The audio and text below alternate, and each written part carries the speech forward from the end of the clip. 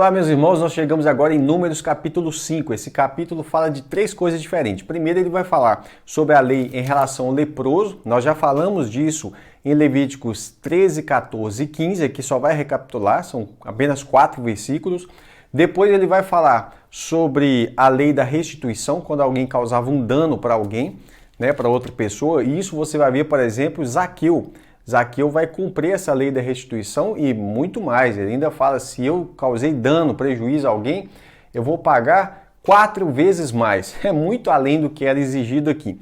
E também nós temos a maior parte desse capítulo fala sobre a lei acerca do ciúme, a prova acerca da mulher que foi suspeita de adultério, se ela foi ou não, como que deveria ser o procedimento tanto do marido como do sacerdote também nesse caso, tá? Então vamos começar aqui. Os 4 primeiros versos, eles são muito simples. Eles falam o seguinte: o Senhor disse a Moisés: ordene aos filhos de Israel que expulsem do arraial todo leproso, todo que tiver um fluxo e todo impuro por ter tocado em algum morto. Então o leproso, ele está cerimonialmente impuro, e também ele pode transmitir, pode ser essa questão de transmitir a lepra para alguém. Você tem a pessoa que tinha um fluxo, e no caso do fluxo você tem tanto o homem com o fluxo chamado às vezes de gonorreia, coisa desse tipo, no caso é uma patologia, e a mulher que tem aquele fluxo, vou dar um exemplo da mulher do fluxo de sangue, Então deve ser expulsos do arraial para que não contaminem o arraial. Então aqui, quando você vai pesquisar um pouco sobre isso, geralmente dizem que havia um ambiente, era providenciado um ambiente para eles ficarem em quarentena, até que eles se recuperassem e pudessem voltar à comunhão ali com todos normalmente. Então os filhos de Israel fizeram assim, expulsaram do arraial, como o Senhor havia falado a Moisés. Assim fizeram aos filhos de Israel. Se tiver alguma dúvida sobre isso, nós comentamos mais sobre isso nos vídeos de Levítico 13, Levítico 14 e Levítico 15, tá? Os detalhes acerca disso aí tá muito bem claros lá. Depois vai ter uma breve explicação acerca de quando alguém cometeu um pecado contra outra pessoa, causa um dano, e você vai ver que esse dano tem alguma coisa de ordem financeira. O Senhor disse ainda a Moisés: diga aos filhos de Israel, quando um homem ou uma mulher cometer algum dos pecados que as pessoas cometem, ofendendo ao Senhor, tal pessoa é culpada. Confessará o pecado que cometer e pela culpa fará plena restituição e acrescentará a sua 5ª parte e dará tudo àquele contra quem se fez culpado. Então, ele pecou contra o Senhor, mas ele causou dano a uma pessoa. Tá? Então, em primeira instância, todo pecado ele é contra Deus. Por mais que ele atinja uma pessoa, ele é um pecado contra a lei de Deus. E aí, causou um dano para determinada pessoa, ele vai restituir aquilo mais uma 5ª parte, tá? Então, agora se esse homem que foi o ofendido, ele morreu, então você vai passar, vai restituir a um parente próximo. Se ele não tiver um parente próximo, vai restituir ao sacerdote que está recebendo, então, em nome do Senhor, tá ok? Mas isso é além, sem contar o carneiro, que faz parte, que é o carneiro que vai ser usado para aquela questão da culpa ali, que é a oferta pelo pecado dele, tá? Isso tem Levítico 6, do verso 1 ao 7. E aí, aí fala assim, verso 9, toda a oferta de todas as coisas santas que os filhos de Israel trouxerem ao sacerdote será dele, vai ser do sacerdote. E também as coisas sagradas de cada um, o que alguém der ao sacerdote será deste. Isso significa que o sacerdote que estava no ofício, que estava exercendo o ministério, naquele momento que você foi lá ao tabernáculo levar a oferta, aquela oferta pertence a Deus, mas obviamente Deus tem um representante ali que vai receber essa oferta e vai ser dele. Ou seja, esse é o salário do sacerdote. E aí esse salário constituía, às vezes, quando você levava um animal, ou levava um cereal, ou levava azeite, ou levava vinho, ou levava dinheiro, que é o caso ali da restituição dos... Aqui é a restituição do dano, prejuízo financeiro causado a alguém. Mas também tinha o caso de prata, que era o caso do primogênito, Então, deveria-se resgatar o primogênito, e tudo isso aí ficava ali relacionado ao sacerdócio que estava naquele momento exercendo o ministério, tá? E aqui do verso 11 até o finalzinho, que vai dar o verso 31, então nós temos 20 versículos para falar sobre a lei do ciúme. Como é que funcionava a lei do ciúme? Por acaso, o marido ficou com ciúme. A Bíblia vai falar assim, veio um espírito de ciúme sobre ele. Como que ele vai agir, né? Então suponhamos que ele desconfia dessa esposa. Ah, vou divorciar. Não, peraí. A primeira coisa que está relacionada também, é quando você lê, você não consegue entender isso de primeira, mas isso está relacionado principalmente com a proteção dessa mulher. Ele não vai, tô com ciúme, eu vou lá e vou divorciar. Não, a primeira coisa, qual é o procedimento correto? Leva essa causa diante de Deus. E aí essa causa, ela vai ser interessante a maneira como esse julgamento vai acontecer, porque ele realmente depende da resposta de Deus aqui, tá? Então, se ela se desviou e foi infiel ou não, mas ele está cismado que deve ter ouvido alguma coisa, deve ter alguma coisa que chamou a atenção dele para essa observação, tá? Então fala assim, o que ele deveria fazer? A partir do verso 15. Então esse homem levará a mulher ao sacerdote junto com a oferta por ela. Então ele tinha que levar as duas coisas. A Bíblia fala, ninguém chegará diante de mim de mãos vazias. Não era para chegar no tabernáculo de mão vazia. Seja qual for a causa, eu vim cumprir o voto. Então cadê o voto? Então, eu votei que eu vim trazer Samuel. Foi Ana, tinha que levar o Samuel. Eu votei que eu vim trazer, sei lá, dinheiro. Então tá lá.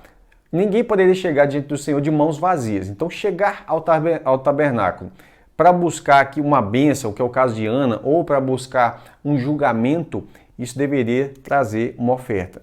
Então aqui o que ele faz?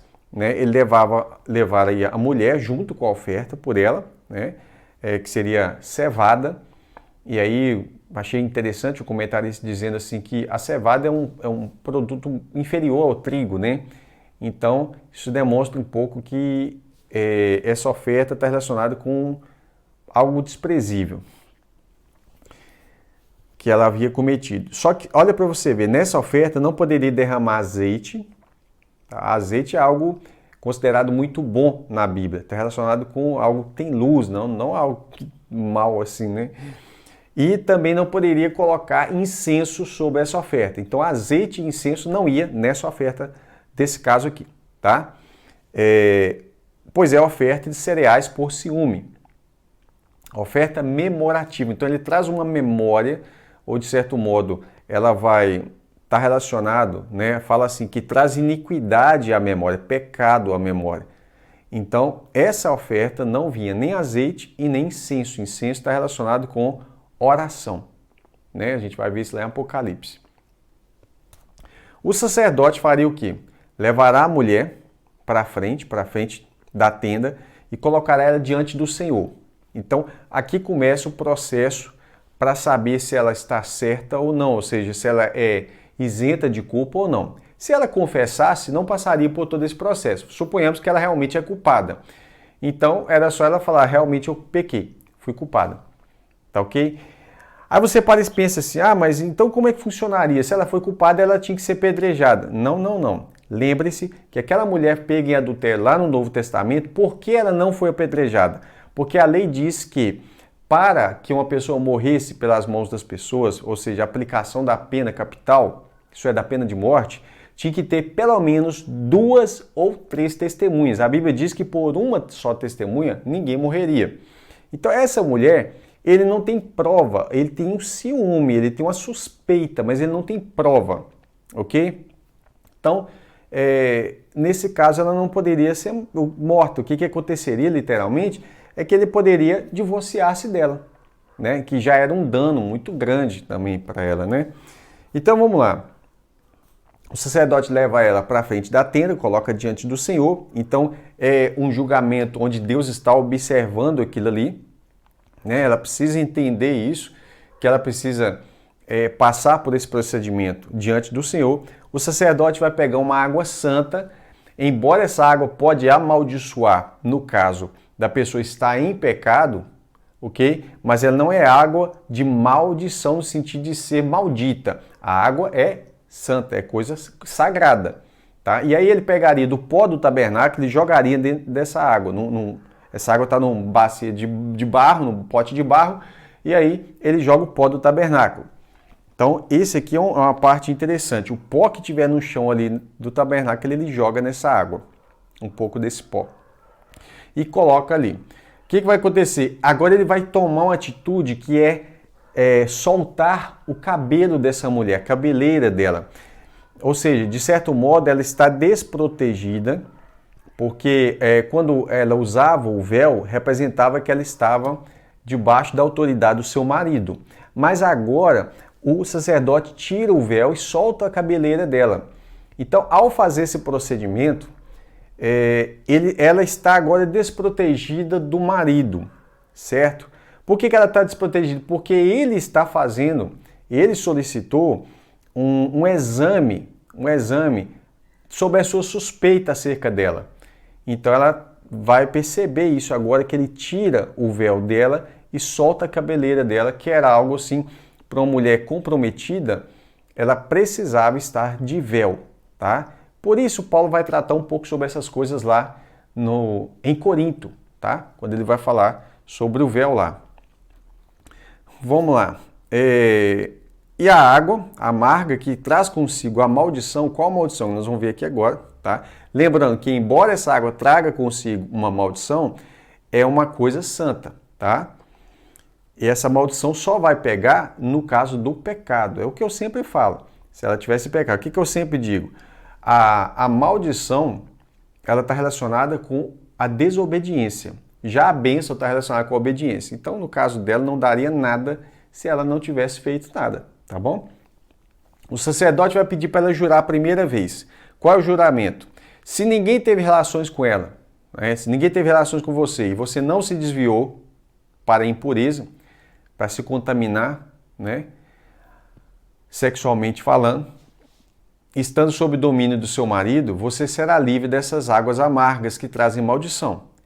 Mas se você se desviou quando estava sob domínio do seu marido e se contaminou com algum homem que não é o seu marido e teve relações com você, então aí ela vai ter que confirmar esse juramento. Ele fará com que ela tome o juramento de maldição da seguinte forma. Ela vai tomar esse juramento. Ela está falando e ele fala assim, o Senhor põe a você por maldição. Ela se tornaria maldita no meio do povo, né? Mal falada. Ela seria um exemplo de que as pessoas iriam falar assim, que eu não seja como fulana, que não aconteça comigo como fulana, né? Então ele fala assim, cadê? Verso 21. O Senhor põe a você por maldição e por praga no meio do seu povo, fazendo com que você fique estéril. Essa é uma das punições, é a esterilidade. Uma das mulheres que foi punida com esterilidade, não por esse motivo, mas porque ela desprezou enquanto Davi adorava, foi Mical, né? Davi estava voltando com a arca do Senhor, todo feliz lá, e Mical desprezou ele no coração enquanto ele adorava a Deus. Então, ela foi um exemplo de alguém que foi punida, que Deus secou o ventre dela, né? Como uma maldição. Nesse caso aqui foi uma maldição, no caso de Mical. Fique estéril e enche o seu ventre, e que esta água amaldiçoante penetre nas suas entranhas para fazer com que enche o seu ventre e você fique estéril. Então a mulher dirá, amém, amém. Né? Então ela está confirmando isso aqui. Quando ela fala amém, ela está ouvindo essas duas juramentos, dois juramentos. Então ela fala amém, amém. Ela confirma. E aí o que vai acontecer? O sacerdote vai escrever a maldição. Por que eu destaquei que quando fala assim no verso 21, o sacerdote falar com que ela tome o juramento de maldição. Não é tomar só no sentido de receber, não. Literalmente ela vai tomar essa maldição. Ele vai escrever num livro essa maldição que ele acabou de falar. Ele anota, literalmente ele anota num papiro, num pergaminho. Ele anota essa maldição e logo em seguida ele vem com essa água e apaga. Olha aí. E fará com que a mulher... Olha, e com a água apagará. Então ele vai vir molhar aquele livro e vai apagar o que ele acabou de escrever. E essa maldição vai vir para aquele pote de barro, né? Aquele pote que está cheio de água. É como se fosse um filtro de barro, né? Cheio de água. Então, com aquela água ele limpa essa maldição escorre para aquela água que já está com o pó do tabernáculo e agora ele vai fazer com que ela tome essa água e quando tomar vai causar amargura. Entenda bem, a consciência, ela sabe que está diante de Deus, sabe que está tomando uma maldição e que se ela for culpada, aquela maldição, olha, é uma maldição pesada. Fala de esterilidade, de inchar o ventre, né? E fala sobre ela ser maldita, ela vai se tornar uma pessoa maldita, as pessoas vão falar mal dela, né? Você será por maldição e praga no meio do seu povo. Agora, se ela não tiver culpa nenhuma, isso não vai dar efeito nenhum, absolutamente nenhum. Então, agora o sacerdote faz o quê? Pega na mão da mulher, pega da mão dela a oferta de cereais, porque uma coisa que eu esqueci de falar é que quando ele pega o pó do tabernáculo e joga na água, ele coloca a oferta de cereais que o marido trouxe junto com ela nas mãos dela. Com a oferta na mão dela, ele fala dessa maldição toda. Depois que ele termina de falar da maldição, escreve a maldição no livro e limpa essa maldição, lava com água e essa maldição escorre para a água e ela bebe essa água, agora o que ele faz? Agora ele pega a oferta das mãos dela, tá? E move diante do Senhor e leva no altar para poder queimar. Agora o que ele faz? Esse é o altar lá do lado de fora, o altar do holocausto, tá? Isso aí acontece tudo lá no arraial, do lado de fora do tabernáculo. Ali dentro da área do tabernáculo, no sentido de dentro do arraial, né? Dentro do pátio, mas não dentro da tenda. Ela não entra dentro da tenda, ela está sendo julgada, né? Aliás, ninguém entrava dentro da tenda a não ser os sacerdotes, né? É bom que você lembre disso. Depois vai fazer de novo que ela beba água. Depois de ter oferecido essa oferta no altar, ela bebe novamente essa água. E havendo dado de beber, se ela tiver contaminado, foi infiel ao seu marido, no caso, a água amaldiçoante entrará nela para a amargura, e o seu ventre ficará inchado e o seu útero secará. E a mulher será por maldição no meio do povo. Então ela vai, de fato, ser um exemplo de maldição. Embora ela não morreu naquele momento, claro que essa consequência que começa no ventre, na coxa, né? Mas, ao longo do tempo, as pessoas vão olhar para ela e ter aquela percepção de que o que ela fez, né, etc e tal. Mas eu estava lendo um comentário que fala sobre a coxa, né? Que fala que isso afetaria o cara que esteve com ela. Então, de um certo modo, uma punição vem para ela, para o ventre, que está relacionado à esterilidade e tal, e a outra vai para o outro, para o moço, né? Para a coxa. E aí, duas coisas que são muito fortes. Ventre está relacionado com filhos, etc e tal, que ela fica estéril, e a coxa está relacionada com aliança, né? Quando uma espécie de juramento era colocar a mão na coxa para poder, o que acontece com Abraão e quando ele envia o seu servo para arrumar, eu já falei disso lá em Gênesis, para arrumar uma esposa para Isaac, colocar a mão debaixo da coxa e fazer o juramento. E é por isso que a coxa está relacionada com Cristo, lá quando ele vem como cavaleiro do cavalo branco, em Apocalipse 19, que está escrito na coxa dele, Rei dos Reis, Senhor dos Senhores. Está relacionado com o juramento, né, que ele fez a relação a nós. Vamos lá. Se a mulher não tiver contaminado, verso 28, mas estiver pura, então será livre e terá filhos, poderá ter filhos. Então ela está totalmente limpa, passou por esse exame e não teve nada. Então, obviamente, esse marido não vai divorciar dela, né? Essa é a lei no caso do ciúme, quando a mulher sob o domínio do seu marido, ou seja, ela é casada, se desviar ou for contaminada, ou quando sobre o homem vier o espírito de ciúme, sobre o ciúme e tiver ciúme da mulher, apresente a mulher diante do Senhor e o sacerdote cumpra, né, nela toda essa lei. O homem, que é o marido, será livre da iniquidade, porque se caso ele leva ela e ela tiver cometido a iniquidade, a consequência sobre ela poderia ser severa, mas ele não tem culpa disso. É Deus que está aplicando essa legislação, né? No caso, a mulher culpada, ela será, então, vai levar a iniquidade sobre si, tá? É um capítulo pequeno, assim, relativamente, né? Deu para explicar agora em 19 minutos, eu acho que deu para você 20 minutinhos, né? Deu para você entender claramente aí, tá bom? Se você não entendeu alguma coisa, deixa aqui no comentário, eu vou tentar explicar, né, o máximo possível, óbvio. E peço que você compartilhe com outros irmãos, que você deixe a tal tudo que você puder fazer para ajudar, não só esse vídeo, mas os demais vídeos do canal, a poder chegar a mais pessoas, compartilhando, deixando o tal do gostei, né? Porque o sistema do YouTube ele vai entendendo que você gostou e que outras pessoas que são crentes, que ele consegue perceber quem são os cristãos, quem procura conteúdos evangélicos, né? Ele vai levar esses vídeos para as pessoas que são evangélicos, eu falo evangélicos, católicos, os cristãos, né?